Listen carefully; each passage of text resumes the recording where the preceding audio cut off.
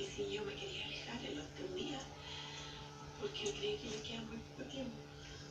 Ay, no, pero por favor, qué tragedia, gordita.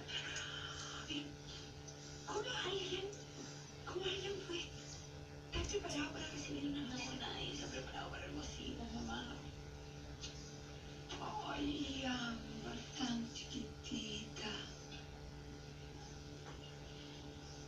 No sé qué hacer. No sé qué decir, mi amor, mía. Lo primero es que hay que cuidarlo a él. Me siento culpable, mamá. Porque por culpa mía no se conocieron antes y ahora que se conocen y se quieren tanto y están muy bien juntos. Hasta esto no es justo. Ya, no, mira. Hay cosas que a uno se le escapan de las manos, que no tienen nada que ver con uno. Esta es una de ellas. ¿Ya? No, culpas, no, fuera.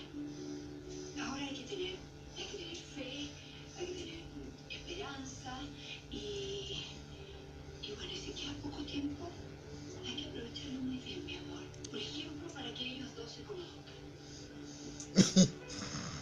No quiere que Ámbar sepa. Bueno, no sé, hay que pensar muy bien las cosas. Puedo buscar a alguien que nos oriente, pero lo más importante es que quiero que sepas que cualquier decisión que tú tomes, cuentas conmigo, gordita. No, ¿Sí? oye, no, come. ¿Por qué? Sí, y enfermo y eso está en el hospital, ¿está en la página de año nuevo? ¿No está nada? No hay nadie. ¿Por qué nadie? ¿Por qué? Porque no están, pues. No consulté. ¿Qué onda, mujer? ¿Qué onda? ¿Qué onda? ¿Qué estás haciendo acá? Eso que ni mañana.